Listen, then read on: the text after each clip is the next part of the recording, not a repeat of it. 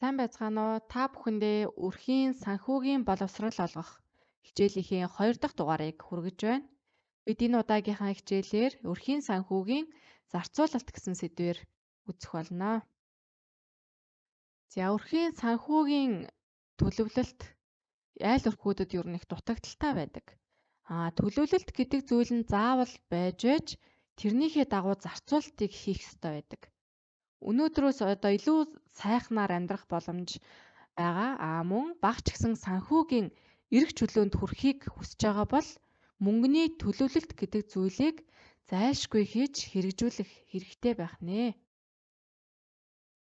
За хүмүүсийн бидний гаргадаг нийтлэг алдаа юу вэ гэхээр цалингаа зарцуулж дуусчаад сарын төгсгөлд нэг зарцуулалтаа ерөнхийд нь нэг эргэж хардаг.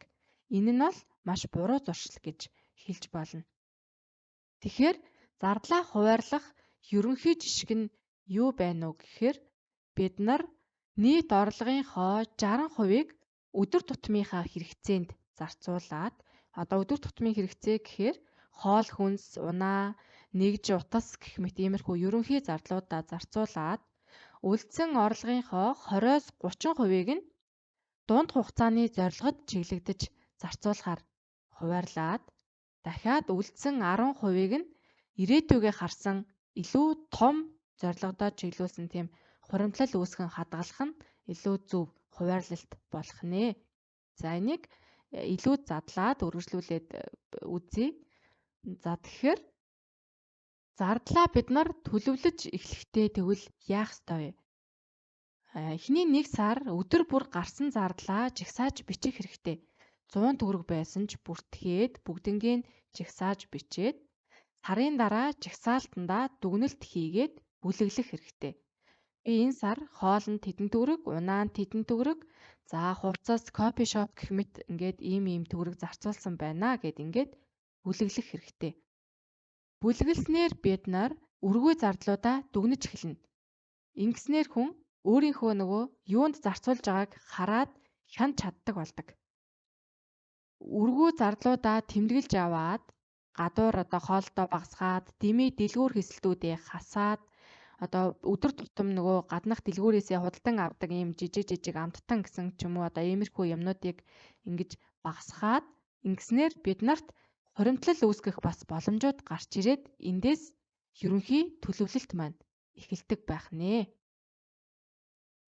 Мөн бид нар бас хорт зуршлаасаа бас салах боломжтой. Жишээ нь тамхи гэхэд тамхинд өдөрт зарцуулж байгаа мөнгө хэд байна гэдгийг ингээд тооцоолоод тэрийг ингээд бөөнөр нь ингэж харснаар бид нар муу зуршлаасаа салах боломжууд бас гарч ирэх нь байна.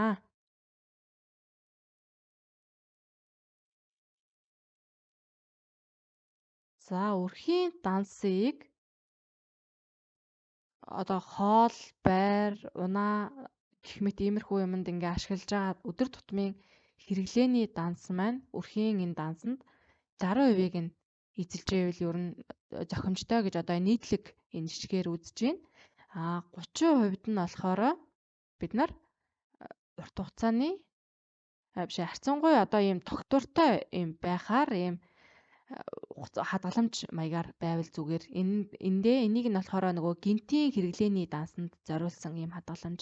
Тэгэхээр гинт мөнгөний шаардлага гарлаа гэхэд та банкнаас зээл аваад ийм санхүүгийн дарамтанд орохгүйгээр өөрөөсөө тэр асуудлуудаа шийдэх боломжтойгоор энэ дансыг үүсгэж хадгалах нь байна. За 3 дугаарт нь бид нар хуримтлалын данстай байх хэрэгтэй. Энэ нь болохоор нөгөө урт хугацаанд илүү ирээдүйдээ чиглэсэн хатуу нөхцөлтэй өндөр хүүтэйгээр ийм урт хугацааны хадгаламжийг үүсгээд жишээлбэл нөгөө хүүхэдтэй зориулаад ингээд хадгаламж үүсгэлээ 18 жил хадгалахаар үүсгэлээ гэхэд 18 жилийн дараа таны хүүхэд оюутан болоод ирэх үед танд ямар нэгэн санхүүгийн хүндрэл үүсэхгүйгээр та хадгалсан мөнгөө зарцуулаад ингээд шууд явах боломжтой байх нэ.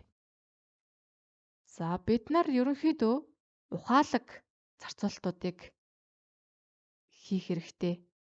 Санхүүгийн эрх чөлөөнд хүрнэ гэдэг нь ер нь бол цалингаа их цалин олох, их мөнгө олохдоо гол нь биш. Харин олсон мөнгөө хэр зөв ухаалаг зарцуулахаас ер нь эхлэлтэй байдаг. Эхний 2 3 сар юм уу ер нь ингээд чигтэртлээ ер нь бол маш хэцүү. Гэхдээ та өөртөө үнэнч байснараа итгэл, үнэмшил, зорилгодоо үнэнч болж эхэлдэг. Бид нар дараагийн хичээлээр үрхийн санхүүгээ удирдаад түүнээсээ хуримтлалаа хэрхэн үүсгэх талаар хичээл орох болно. Анхаарал тавьсанд баярлалаа.